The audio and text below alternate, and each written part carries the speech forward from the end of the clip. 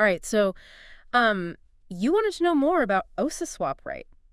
Their community and how they built it up. We've got all this stuff to go through. It's like months and months of Telegram messages. Yes, straight from the community. This will be good. Yeah, it's going to be really interesting. Like, what's actually going on, Not just the official stuff. What are people actually saying and doing? Exactly, like a behind-the-scenes look. Yeah, yeah. And one thing that jumps out is all the talk about airdrops. Everyone's trying to get their hands on that OCI. Yeah, it's always a big thing with new projects, right? Yeah. Airdrops gets people excited, but, it can be tricky. Oh, totally. We even see some classic when Lambo comments in here, which I guess is pretty typical, that whole get-rich-quick mentality. Yeah, you see that a lot. It's a double-edged sword, those airdrops. Mhm. You bring in new people, but are they really sticking around for the right reasons? Right, right. But Ociswap did something kind of interesting with their airdrops, right? They had that tiered bonus system. Oh, yeah, that's right. The early stakers, especially on certain nodes, they got bigger airdrops. So it was kind of like rewarding those who were really committed from the start. Smart move. Showed they were paying attention to the real believers, not just the hype chasers. Yeah, exactly. Though even with the best systems, things can get a little messy. There was actually this one case, someone accidentally registered the wrong Twitter account for the airdrop. Oh, no. That's got to be frustrating. It just shows you, even with good intentions, those early days can be pretty chaotic. Clear communication is key, especially in DeFi. Things move so fast. Speaking of communication, the Ociswap team is super active in that Telegram group. Like Florian Piper, the founder, and Lucas, I think he's one of the core team members, they're constantly answering questions, addressing concerns. That's pretty rare to see, right? Yeah, it really sets them apart. So many DeFi projects, the team's totally anonymous, almost like ghosts. Yeah, it's like, who are these people? Right. But with Ociswap, it's the opposite. They're present, they're engaged, it builds a lot of trust, shows they actually care about their users. Totally. I remember there was that one time the trading engine completely froze up because of some API issue. Everyone was freaking out. But Florian Piper was right there in the Telegram group, giving regular updates, explaining what was going on, reassuring everyone they were working on a fix. That's crucial, especially when things go wrong. Transparency during a crisis, that's when it matters most.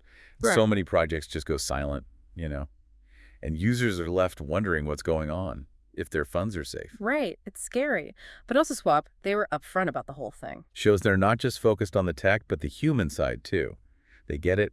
People need reassurance, especially when your money's on the line. Totally. And it wasn't just technical stuff either. They were also really good about, tackling scams and impersonators. There were a bunch of those popping up trying to take advantage of the hype. Oh yeah, the Wild West of DeFi, right.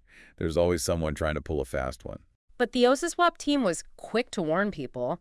They even put in verification processes so everyone knew who they were talking to. Smart move. Building a strong community also means protecting it from the bad actors. Really establishes that trust factor. It's clear they're not just building a platform. They're trying to, cultivate a whole healthy ecosystem. And get this, they even created a game. Like a browser-based puzzle game called Farbo World. Oh yeah, I heard about that. That's cool. Bring in some gamification, huh? Yeah. And it wasn't just for fun either. They tied it into OCI, rewards and stuff. Smart way to engage the community beyond just trading and all that. Makes things more, interactive and playful. Definitely. And they didn't just make the game. They were promoting the Farbo token too, showing support for other projects built on Radix. Yeah, that's a good sign. They're not just focused on their own thing. They want to see the whole Radix ecosystem grow. It's a win-win. But it wasn't all about airdrops and games, right? As things progressed, the conversation started getting a lot deeper. People were asking more about Ociswap's functionality, the tokenomics, the roadmap. They were really starting to dig in. That's a good sign, right? It shows the community was maturing, moving beyond that initial hype phase. They were actually interested in understanding how things work, what the potential is. I remember this one question that just sums it all up. How do we know how many OCI we get? It's like they wanted to know exactly how things work, not just trust blindly. And that's important. And to Ociswap's credit, they didn't shy away from those tough questions. They were really transparent about how the token distribution worked, even going into detail about their splash reward system. That's huge, right? So many projects just keep things vague and mysterious. Exactly.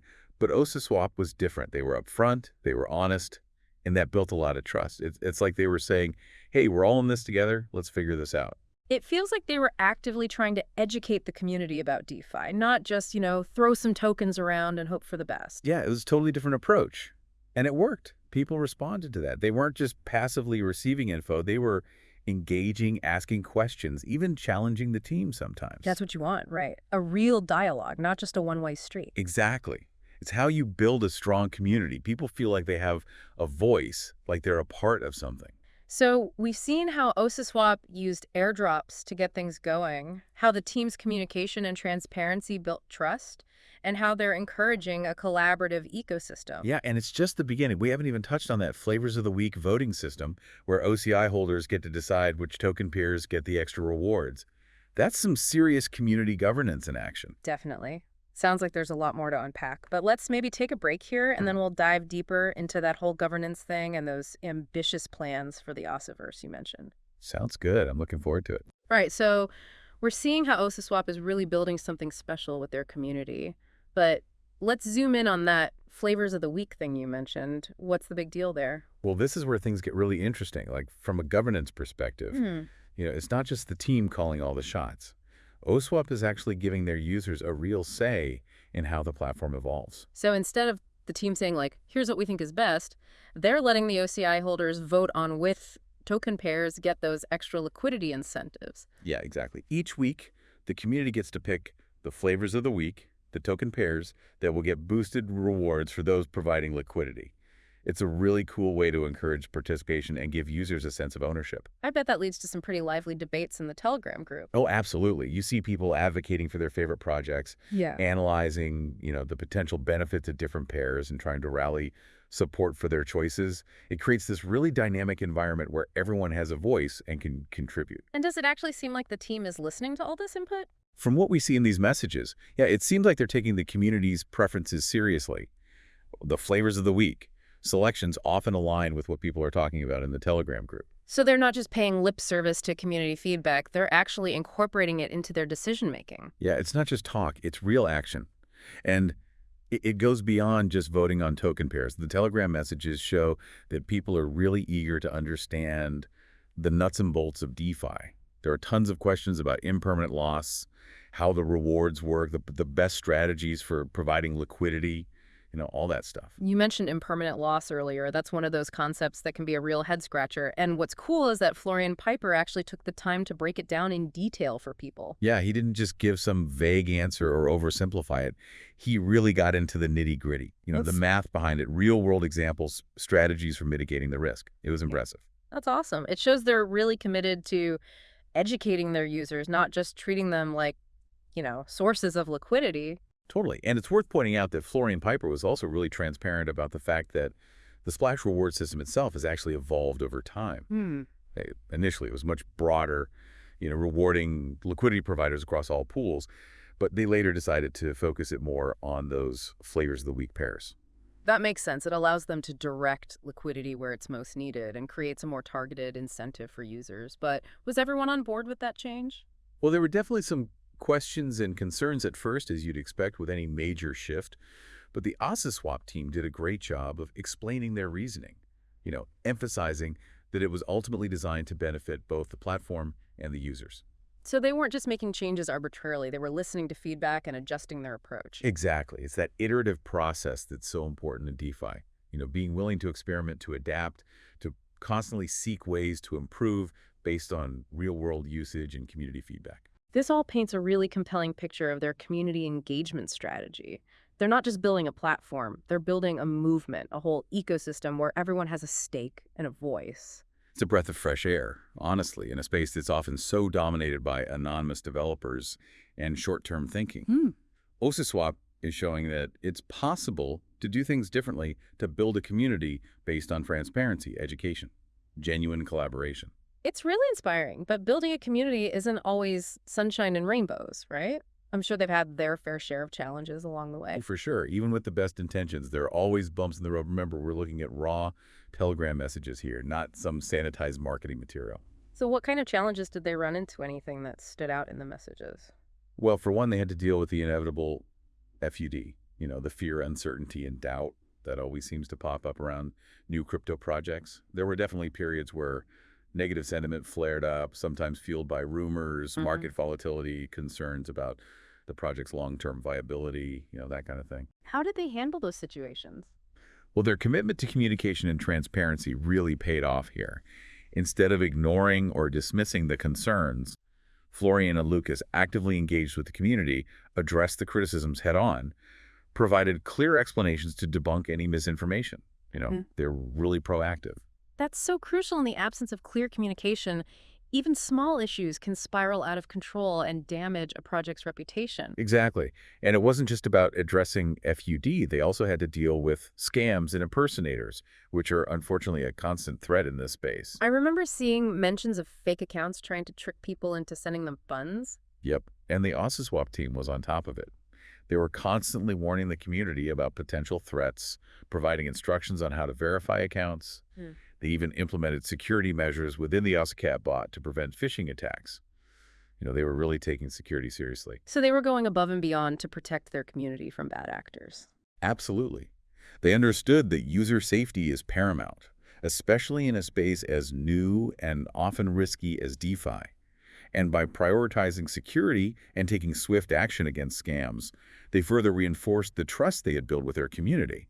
It's a good reminder that building a strong community isn't just about hype and excitement. It's also about creating a safe and secure environment where people feel confident and protected. Exactly. That sense of security is essential for fostering genuine engagement and long-term growth. It's clear that Ociswap has faced some challenges, but they've consistently navigated them with transparency and a commitment to their community.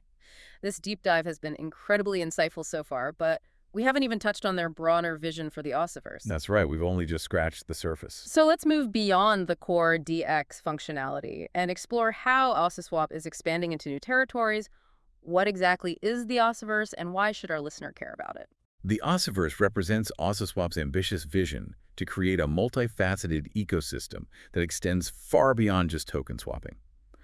We've already seen a glimpse of this with Farbo World, but it's just the beginning. They're exploring everything from NFTs and gaming to the development of a RadixDLT stablecoin. Wow, that's a lot to unpack. I'm eager to learn more about their plans for the Ossiverse and how they're engaging the community in this journey. Let's dive in. So we've established that Ociswap's not just, another DX. It's this whole Ossiverse idea. Yeah. But what does that actually mean for users? What's the big picture?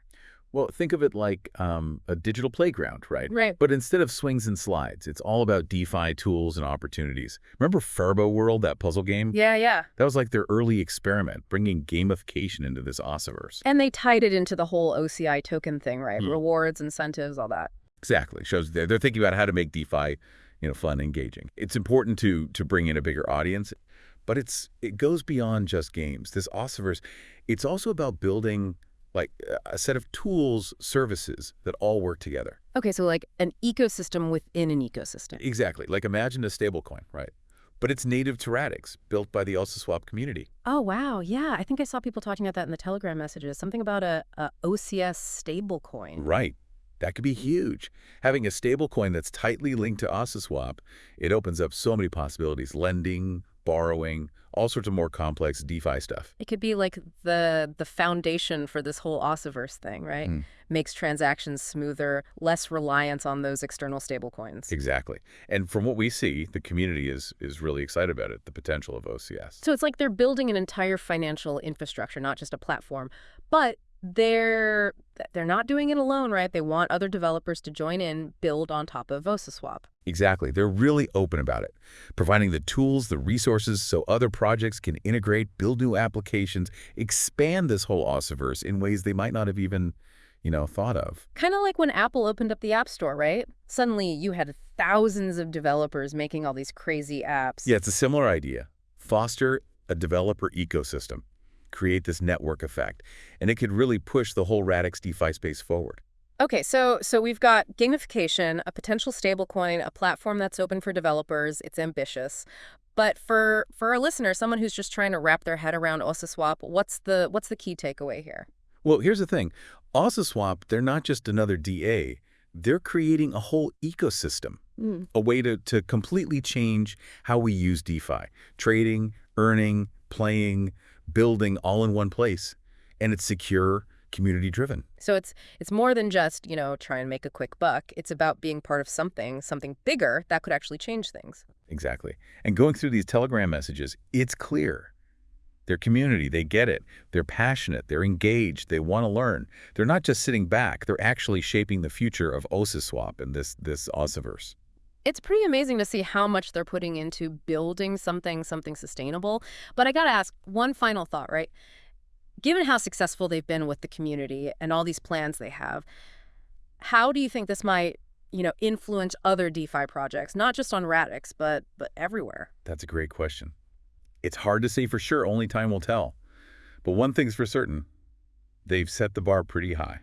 Yeah, they're showing that transparency, education, actually giving the community ownership. Those aren't just, buzzwords. They're crucial if you want to build trust, encourage innovation. And their success is it's a pretty strong argument for doing things that way. Yeah. The future of DeFi might depend on projects that really prioritize the community. So for our listener, it's pretty simple. Watch Ociswap. They're onto something big. This deep dive, it's just a glimpse, Now it's up to you to explore, see where it all goes. The Ociverse is waiting. And that's it for this deep dive. Until next time, keep exploring, keep learning.